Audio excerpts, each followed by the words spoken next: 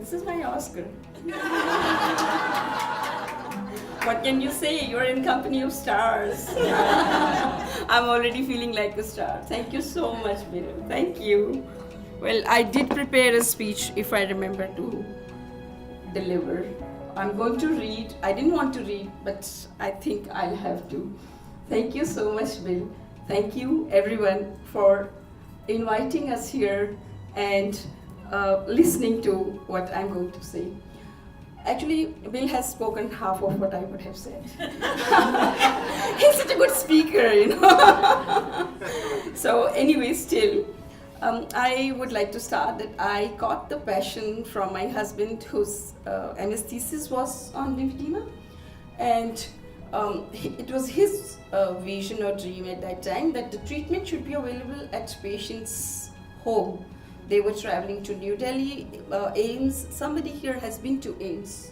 Yeah, he told me he's been to the hospital that I'm working with, and he's a graduate from that hospital, my husband.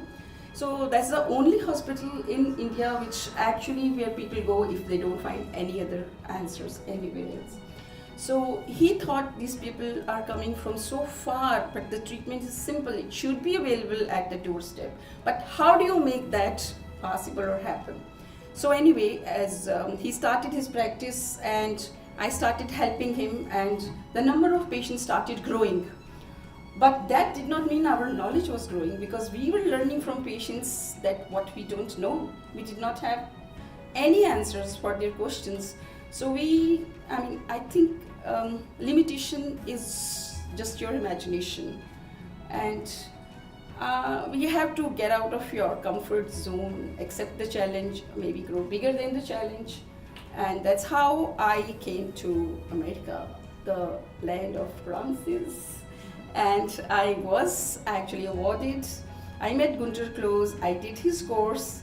And after that, when I took that back to home and I saw how quickly the response and the patient's care was different, how they approached me was different, how I approached them was different. But again, I had more questions than answers. And that's how I was traveling around the world. And that's how I one day happened to watch YouTube and I heard Dr. Foldy speaking on lymphedema. Back then, I did not know, many people don't know lymphedema and lymphedema and what is the difference. And I was so happy. And then I was looking at all the, like Bill already told you, the YouTube videos that he was putting on, and I was like, how this guy knows that I want to know this? And he's like, kind of like, from where is he, doing all this? So that's how, when I was in the conference, someone told me he is very approachable. You can actually go and talk to him. And so that's how I started yelling Bill. and that's, I don't think meetings happen by chance. I think we were destined to meet. And for Bill, I would like to say that it's the beauty that captures your attention, but it is the personality that catches your heart. And you catch everyone's, right? He's got a beautiful personality. So then, that's how, we started the World Lymphedema Day, the first World Lymphedema Day that was declared here. Simultaneously, we celebrated it in India, and Bill sent a very beautiful video, right? With Senator Golden, I think, yeah. And people in the hall were mesmerized. It's happening in America, it's happening in India. And, that's how you get attention. Kathy Bates, Bill is always saying. So, when you have important people talking about a subject, everyone starts listening to. So that's how, then we started going to other cities, as Bill has already told you. And we did roadshow last year, and a lot of my learning comes from abroad, but again I am back in America, and now we are planning to do a course maybe similar to what you have done here.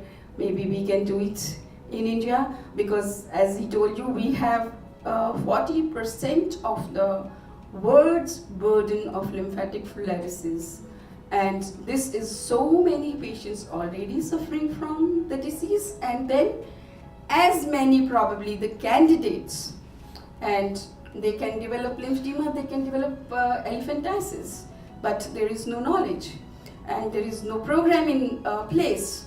And that's where we are, we look at him, what he is doing is amazing, as everyone has already said and are going to say. And I think that subjects like justice, equality, or patients' right to information, nobody gives it to you. If you're man enough, you have to take it. And that's what you're doing.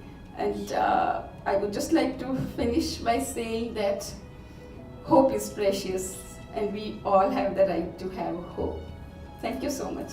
Thank you, everyone.